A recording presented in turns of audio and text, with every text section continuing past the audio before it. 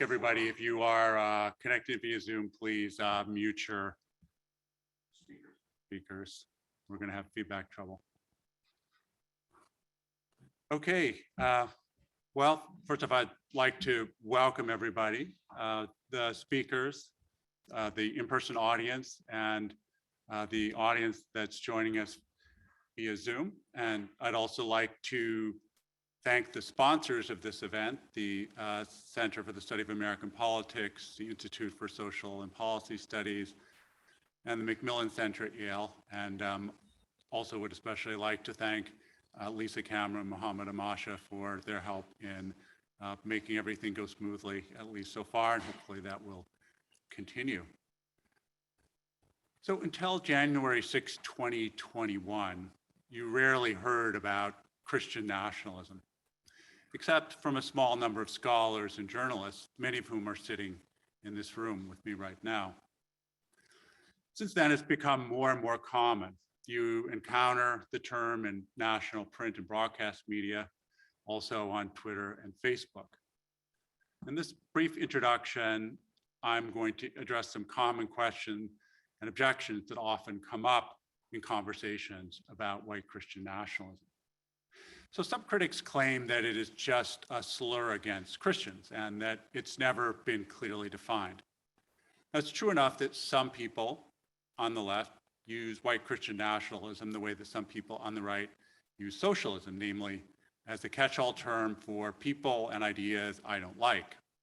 But that is not true of the folks in this room. We have all defined it consistently, clearly, and carefully.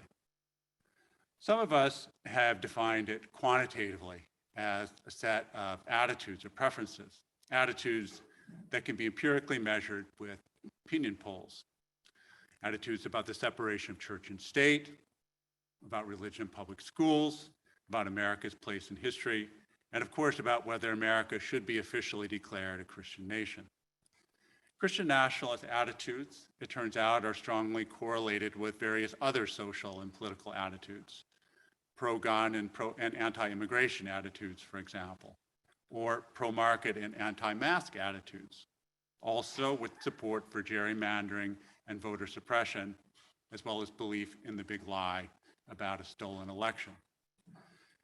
Others of us have defined it qualitatively, for example, as a mythological version of American history, a myth in which America was founded as a Christian nation, in which the founders were themselves evangelical Christians, in which the founding documents were based on biblical principles, in which America was blessed with special power and prosperity, and also charged with a special mission to spread freedom and Christianity around the world. A vision of America, moreover, that is threatened by the presence of cultural, racial, and religious outsiders on American soil. So much for the what question. What about the who question? Just who embraces Christian nationalism? These same critics often claim that white Christian nationalism is just a fringe ideology. This is simply not true. Certainly not true today, when roughly half of the American public affirms Christian nationalist ideas to some degree, and in which something like 20% strongly embrace Christian nationalism. Nor was it true earlier in American history, though it used to be liberal Protestants who were its strongest advocates and Protestant fundamentalists, some of its harshest critics. That, of course, has changed. Today, some 80% of white evangelicals affirm Christian nationalism, though they're by no means alone. Christian nationalism and white evangelicalism are not the same. About half of white Catholics and white Protestants also embrace Christian nationalism, and interestingly so do a large number and an increasing number of non-churchgoers and even non-Christians. The most radical champions of white Christian nationalism today, though, are Pentecostals. They are now the leading edge of the religious right as a mass movement. And Pentecostal leaders, such as Paula White, are no longer confined to the fringes of the movement, but are, in fact, integral part of Trump's inner circle and the leadership of the MAGA movement, too.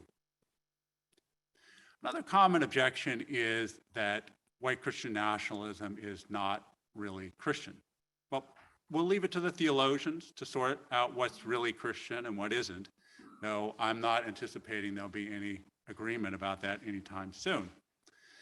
That said, white Christian nationalism certainly is Christian in at least two senses. First, most of the people who espouse it do identify as Christian in some sense. And as a sociologist, I at least simply take them at their word. Though, as I noted earlier, increasing numbers of non-churchgoers and even non-Christians affirm white Christian nationalism, or for that matter, claim to be evangelicals. For many of these folks, white Christian nationalism and evangelicalism have become tribal or political labels rather than affirmations of faith. The second reason why I think it's fair to describe white Christian nationalism as Christian is that the mythological version of American history that underlies it is based on a particular reading of the Christian Bible. In particular, it weaves together three stories from the Bible into a single, unified, deep story about America. We call them the Promised Land story, the End Times story, and the racial curse story. The Promised Land story is the belief that Americans are a chosen people, that America is their promised land, and that those who occupy or occupied this land unfairly can be pushed out or even exterminated. The End Time story is the belief that history will culminate in a battle between natural and supernatural, human and superhuman forces of good and evil in a great cosmic struggle. The racial curse story is the belief that Black Americans were cursed by God as descendants of Ham, and that their enslavement in earlier American history was a result of this curse. Now, I refer to this story as a deep story, and it's deep in at least three ways. First, it's historically deep. It goes all the way back to the 17th century Puritans, in fact. Second, it's psychologically deep. Now, to be sure, for some American Christians, it's something they consciously believe to be true, but for many, it's something they just instinctively feel to be true without thinking about it much. Third, it's culturally deep.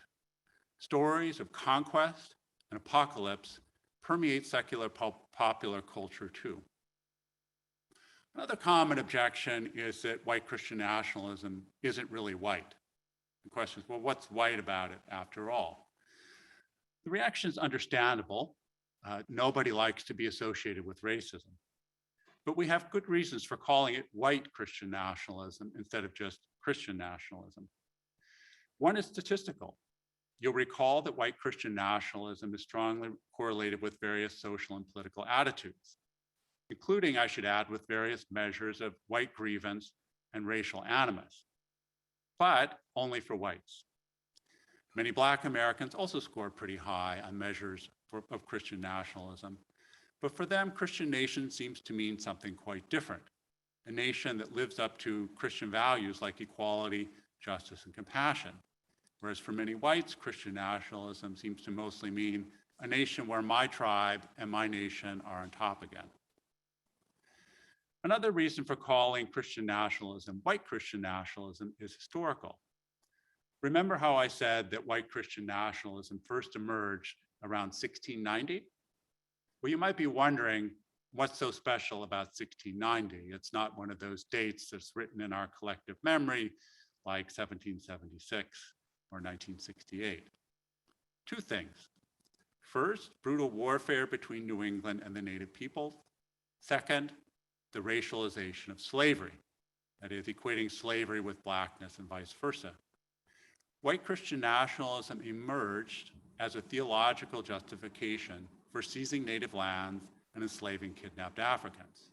That is, it has been entangled with white supremacism right from the beginning. Nor does the story end there. It also provided a justification for westward expansion, manifest destiny, and all that. and later for American empire as well. And with it, the subjugation and expropriation of Mexicans and Asian immigrants, amongst others. Another question that often comes up once these various objections have been addressed is this: why now? Why are we witnessing such an upsurge in white Christian nationalism today?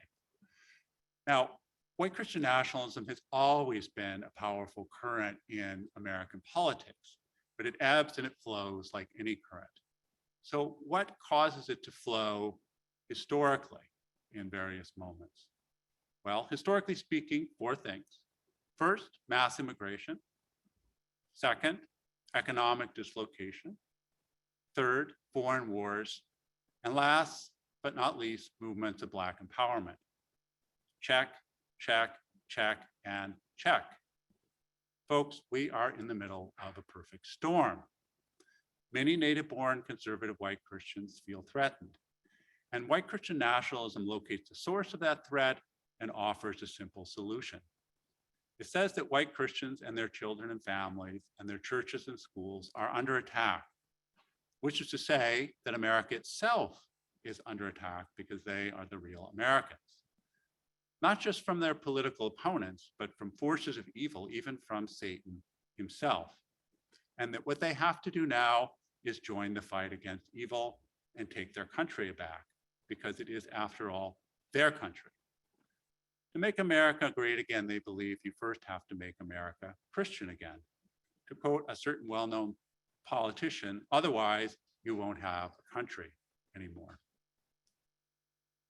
Let me finally say a brief word about the title of this conference, White Christian Nationalism and the Midterm Elections. What does white Christian nationalism have to do with the midterm elections?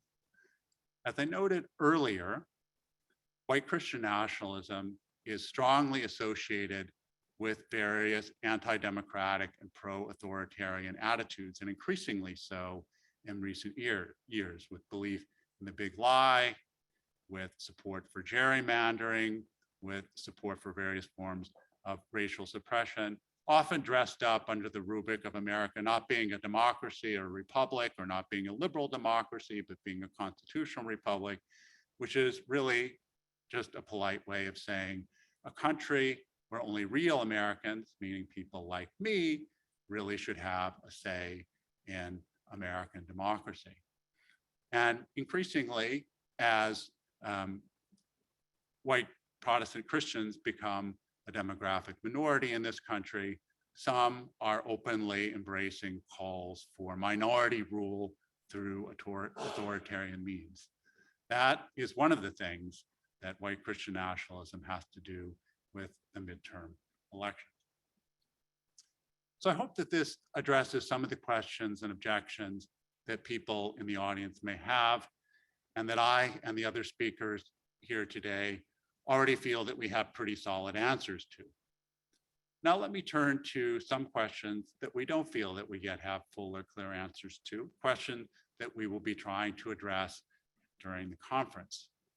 Those questions concern ideology, organization, authoritarianism, the coming elections, and the radical right around the world.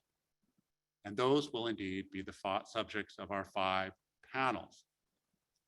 Ideology.